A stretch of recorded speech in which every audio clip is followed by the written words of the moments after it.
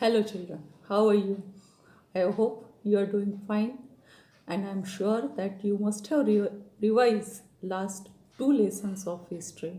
Children, today we are going to take information about the third lesson of history, that is religious synthesis. Unity in diversity. It is one of the important characteristics of our India. It means people belonging to different religions, they follow the different religions, different culture, different languages, but still they stay in one India like brothers. Multiplicity of languages and religions is a characteristic of the Indian society. In the medieval India, efforts were made to bring about religious synthesis by Bhakti movement, Sikh religions, and Sufi sect. The earlier emphasis on rituals and Brahma Dhyan were replaced by Bhakti Marg, the path of devotion. It did not give undue importance to hierarchies, which further facilitated religious synthesis. Bhakti movements that emerge in different regions of India in different forms. However, the teachings were not in Sanskrit. The teachings of Bhakti movement were given in the language which common people were knowing. This helped them in development of regional language. Let's see how was the Bhakti movement in South India. The Bhakti movement originated in South India in the form of Nainar and Alvar movements. The Nainars were devotees of Lord Shiva, whereas the Alvars were the devotees of Lord Vishnu. Some preached that Shiva and Vishnu were one and the same. The idols of Harihar had part of Shiva and part of Vishnu.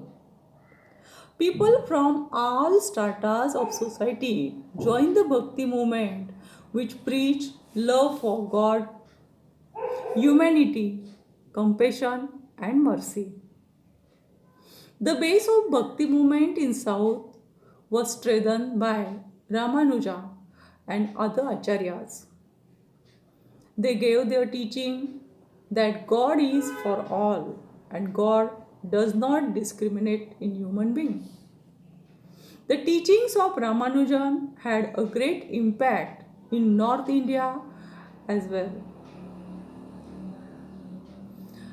Let's take information about the Bhakti movement in the other part of India. Sant Ramanand gave his teaching in the importance of Bhakti in North India. Sant Kabir did give importance to places of pilgrimage, vratas, and idol worship. For him, truth was God. He taught that unity of Hindu, Muslim, and that all human beings were equal. Chaitanya Mahaprabhu gave his teaching in Krishna Bhakti in Bengal. Under his influence, Shankar Dev spread the Bhakti movement in Assam. Narsi Mehta, the first poet in Gujarati language, was a renowned Vishwanam Sant in Gujarat.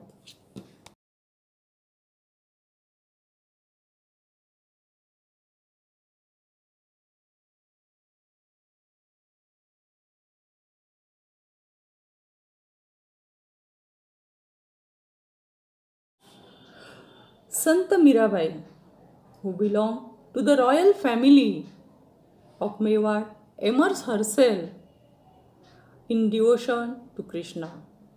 She composed many devotional verses in Rajasthani and Gujarati language. Her verses gave the message of devotion, tolerance, and humanity. Sant Sena was the influential saint. Surdas, a notable Hindi poet, composed Sur Sagar on the theme of Krishna Bhakti.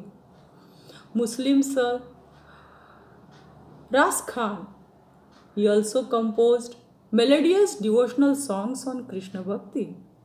Sant Tulsidas composed Ramacharitmanas on the theme of Ram Bhakti.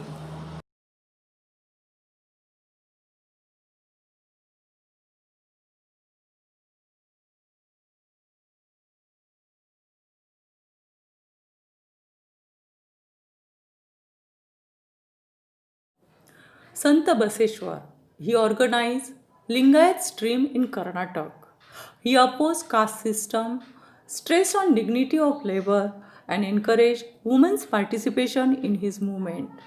Kai Kave Kailas, that is, work is worship, is his well-known work. He spread teaching in Kannada through Vachana. His devotee Manmat Swami composed Paramarsha in Marathi. Pampa and Purandas were the other great sant in Karnataka. Let's take information about Mahanubhav Path. Chakradhar Swami founded the Mahanubhav Pantha in the 13th century in Maharashtra. Sri Govind Prabhu was his guru, and his followers included men and women from all castes and creeds. He preached in Marathi instead of Sanskrit, which led to the development of Marathi language. This sect spread in Vidarbha and Marathwada region of Maharashtra as well as Punjab and Afghanistan. Children, let's take information about Guru Nanak. Guru Nanak was the founder and the first guru of Sikh religion. His work could be regarded as the first attempt to achieve religious synthesis. He had visited many places of worship of Hindus and Muslims, including Makkah. He realized that the feeling of devotion is common everywhere. His teachings were aimed at achieving Hindu and Muslim unity, to treat everyone equally. The only way to reach God was by chaste behavior. The teachings of Guru Nanak have been compiled in Guru Granth Sahib, and his disciples are known as Sikh. This holy scripture also includes compositions of Sant Namdev and Sant Kabir. After Guru Nanak, there were 9 Gurus of Sikh. Guru Gobind Singh was the 10th Guru. After him, Sikhs regard Guru Granth Sahib as their Guru and recite it. Children, let's take information on the Sufi sect. The Sufi sect is a sect within Islam religion. The Sufi saints lived a simple life. They believed that God was full of love, and only way to reach God is through love and devotion. They preach meditation, simple living, and love for all human beings. Khwaja Moinuddin Chishti, Sheikh Nazamuddin Awliya were the prominent Sufi sects. Their teachings brought the Hindus and Muslims close. Sufi music has made important contribution in the Indian music. Children, let's take information about Bhakti movement. What is the contribution of Bhakti movement? The path of Bhakti movement or Bhakti was easy for the common people to follow. It was open to all women and men. Its teaching were preached in the language of people that was close to their heart. It contributed to making molding of Indian culture. Children, this is all about the religious synthesis. In this lesson, we have taken information about the different saints, what contribution they have given to the society and their teachings. Very important thing to remember that all teachings given in the Bhakti movement were in the language of the people. So common people can understand it very easily. That's all about Bhakti movement and the religious synthesis. Children, after this I am going to give you assignment which you need to write in your classwork notebook. Stay home, stay safe and stay happy. Thank you.